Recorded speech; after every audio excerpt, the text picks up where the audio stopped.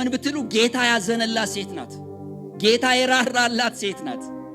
ናይን ማለት በኢብራይስጥ ቋንቋ አስደሳች ወይም ደግሞ ያማረች ማለት ነው። እነዚህን ሁለቱን ሰልፎች እኔ የሞትና የህይወት ፍልሚያ ያላቸዋለሁ። ሁለት ሰልፎች አስደናቂ ሰልፎች ናቸው። የሞትና የህይወት ሰልፎች ናቸው።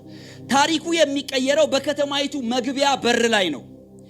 ሁለት የተለያየ አቅጣጫ ያላቸው ሰልፎች፣ በአይነታቸውም በይዘታቸውም የሚቃረኑ ሁለት ሰልፎች ፊት ለፊት የተጋጠሙበት ሰልፍ ነው። አጋጣሚ ነው። አንደኛው የሞት ሰልፍ ነው። ያ የሞት ሰልፍ ምንድነው ብትሉ ከከተማ ወደ ውጪ የሚወጣ የሞት ሰልፍ፣ አስክሬኑ የሚመራው፣ አስክሬን የተሸከመ፣ ተስፋ የቆረጠ፣ ግራ የተጋባ፣ የሚያለቅስ፣ የዋይታ ድምጽ የሚሰማበት፣ መቃብር ፍለጋ የሚኳትኑ እግሮች ያሉበት ሰልፍ ነው። የመጀመሪያው አንዱ ሰልፍ የሞት ሰልፍ።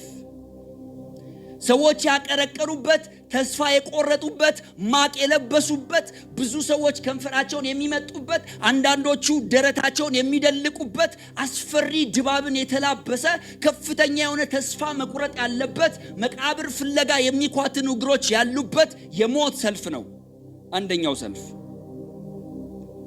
ሁለተኛው የህይወት ሰልፍ ነው። ከውጪ ወደ ውስጥ የሚገባ ኢየሱስ የሚመራው ደቀ መዛሙርትና በርካታ ህዝቦችን ያስከተለ፣ ተስፋን የሰነቀ፣ ደስታን የተላበሰ። ምክንያቱም ቅድም ከፍ ብዬ ባነበብኩላችሁ ክፍል አንድ ተአምራት አይተዋል። የመቶ አለቃው የአይሁድ ሽማግሌዎችን ልኮ ሎቢ አድርጎ ልጁ የተፈወሰበት ተአምር የታየበትና የሚደነቁ ሰዎች ያለበት፣ መደነቅ ያለበት ሰልፍ ነው። ተስፋን የሰነቀ ሰልፍ ነው። ደስታን የተላበሰ ሰልፍ ነው። የህይወት ሰልፍ ነው። እነዚህ ሁለቱ ሰልፎች ናቸው በከተማው መግቢያ ላይ የተፋጠጡት።